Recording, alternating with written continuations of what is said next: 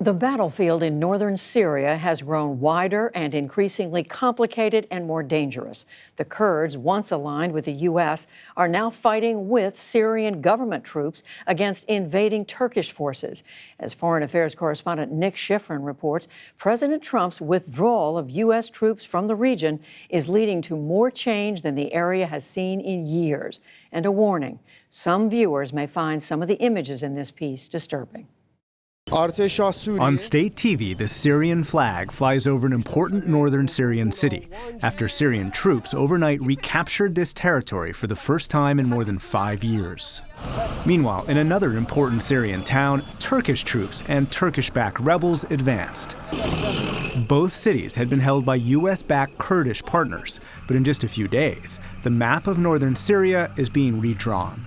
Just last week, the U.S.-backed majority Kurdish Syrian Democratic Forces in yellow controlled a large area along the Syrian-Turkish border. Now, Turkey in green is moving south across the border, and the Syrian regime in red, backed by Russia, is taking back territory. For Turkey, the goal is to remove Kurdish forces it considers terrorists and establish a buffer zone along the border. It's an operation Turkey long threatened but avoided so long as U.S. troops remained in northern Syria, partnered with those Kurdish forces to defeat ISIS. But those U.S. troops are now withdrawing, giving Turkey a window to launch an offensive that Defense Secretary Mark Esper called inevitable. We do not want to get involved in a conflict that dates back nearly 200 years between the Turks and the Kurds and get involved in yet another war in the Middle East. But the U.S. was already in the middle of that war, and by leaving, the carnage came quickly. This weekend, videos posted on social media showed Turkish-backed militias killing Kurdish prisoners on the streets. And residents injured by the Turkish assault ended up in the back of pickup trucks. Washington asserts Turkey will not go unchecked. In a statement this afternoon, President Trump increased tariffs on Turkey, called Turkey's actions setting conditions for possible war crimes, and threatened to swiftly destroy Turkey's economy if Turkey's operation continued. But just hours before that announcement, Turkish President Recep Tayyip Erdogan doubled down.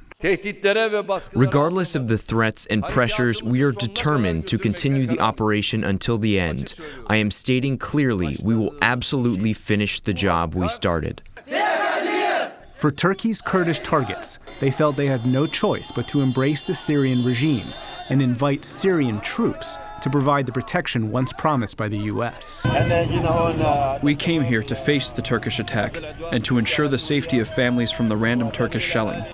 The U.S. military fears that shelling could allow ISIS to resurge. Over the weekend, ISIS-affiliated prisoners escaped. The alarm is being sounded loudest by countries hit hardest by Islamic State terrorism. German Foreign Minister Heiko Maas spoke today in Europe. We are also fearing, and we are seeing it already, that this is leading to a strengthening of ISIS, which we absolutely must prevent.